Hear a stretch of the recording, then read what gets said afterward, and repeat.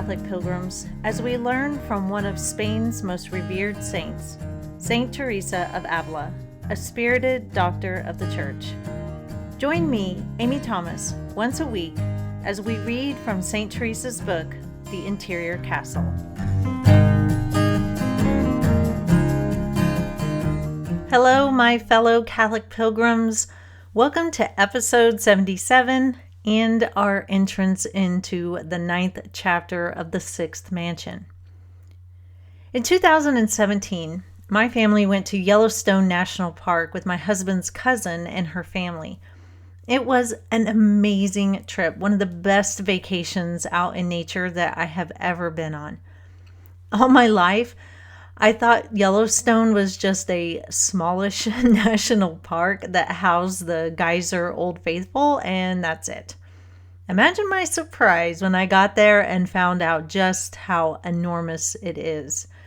It's so big that we had 5 days there, and we had to take just a section of the park each day to explore, and even then we didn't cover half of it.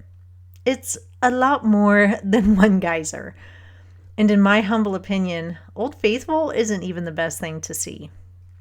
We saw so much wildlife, elk, bison, coyotes, eagles, but what I really wanted to see was a moose in the wild.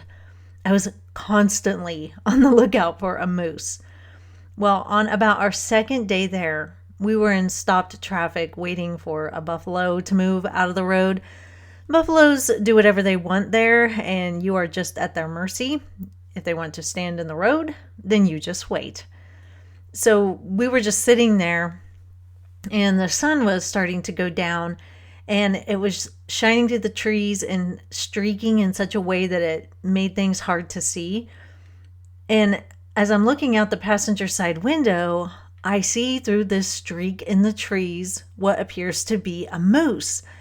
And I sat up straight and I yelled to my family, "A moose! I see it!" And I'm fumbling around in my backpack for my camera, and my family is jostling around trying to get a look, and we're all excited, and my kids are yelling, "Where? Where?"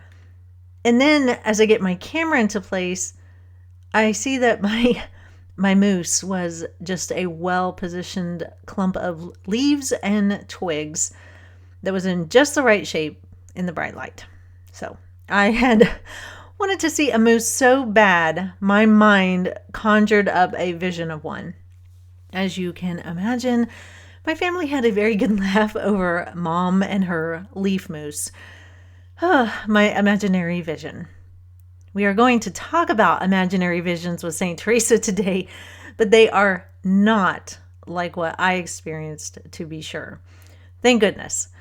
She's talking about something very special from God, but she does want us to be careful when we receive them. So we are reading from the 6th mansion, chapter 9, numbers 1 through 3. Before we begin, a word from our sponsor, Chrism Press. Do you long for the days of old? If jazz music, dresses, and courtship call your name, then don't miss Shadowed Loyalty by Rosanna M. White. A thrilling tale of love, loyalty, and redemption set in the tumultuous era of Prohibition and the rise of the Mafia. Follow Sabina Mancari and Lorenzo Capesi as they grapple with the forces of good and evil in a world where loyalty is everything. Go to chrismpress.com to purchase your copy, and if you use the coupon code Pilgrim15, you get 15% off your first order.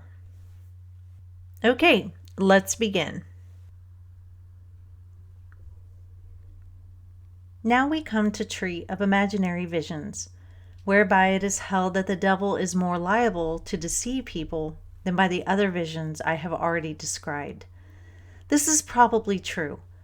Yet when imaginary visions are divine, they seem in a certain manner more profitable for us than the others, as being more suited to our nature, with the exception of the visions sent by our Lord in the 7th mansion, which far surpass all others.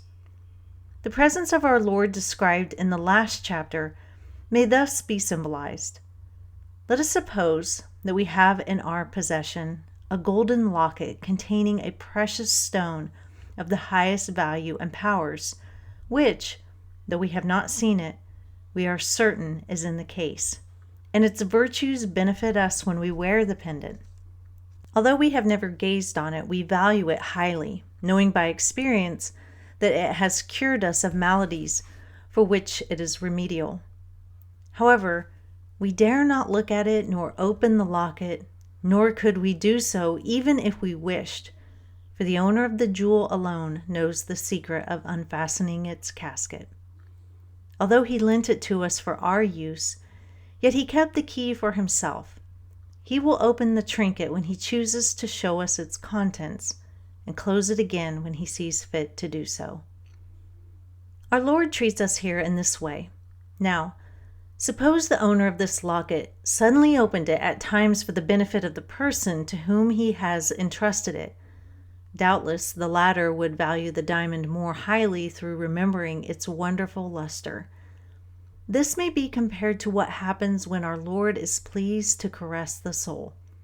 He shows it in vision, his most sacred humanity, under whatever form he chooses, either as he was during his life on earth or after his resurrection. The vision passes as quickly as a flash of lightning, yet this most glorious picture makes an impression on the imagination that I believe can never be effaced until the soul at last sees Christ to enjoy him forever. Although I call it a picture, you must not imagine that it looks like a painting. Christ appears as a living person who sometimes speaks and reveals deep mysteries. You must understand that though the soul sees this for a certain space of time, it is no more possible to continue looking at it than to gaze for a very long time on the sun. Therefore, this vision passes very quickly, although its brightness does not pain the interior sight in the same way as the sun's glare injures our bodily eyes. The image is seen by the interior sight alone, but of bodily apparitions I can say nothing, for the person I know so intimately, never having experienced anything of the kind herself, could not speak about them with certainty. The splendor of him who is revealed in the vision resembles an infused light like that of the sun covered with a veil as transparent as a diamond, if such a texture could be woven, while his raiment looks like fine linen. The soul to whom God grants this vision almost always falls into an ecstasy, nature being too weak to bear so dread a sight. I say dread, although this apparition is more lovely and delightful than anything that could be imagined, even though anyone should live 1,000 years and spend all that time in trying to picture it, for it far surpasses our limited imagination and understanding. Yet the presence of such surpassing majesty inspires the soul with great fear. So if you've recovered from hearing about my imaginary moose vision, I want to reiterate that the imaginary visions that St. Teresa is talking about today are not something that are seen exteriorly. Last chapter, St. Teresa was sharing with us what it is like to receive intellectual visions, and with those, you don't see anything with the eyes of the body or the soul. You see absolutely nothing, but you can tell that Christ is near you. You can't see him, but you just know, and it is very profound and can last quite a while. People may even ask, like confessors, to describe what you see, and as St. Teresa explained, you can't say anything. There's nothing to describe. But God has just enlightened your mind to know that he is right there within your presence. Today, she is talking about imaginary visions, but these aren't exterior visions. The soul receiving this special grace doesn't see Jesus standing in front of her with her bodily eyes.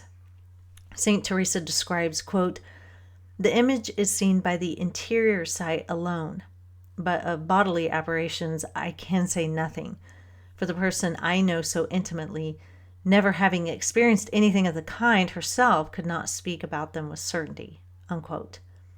Again, St. Teresa is speaking of herself here in the third person.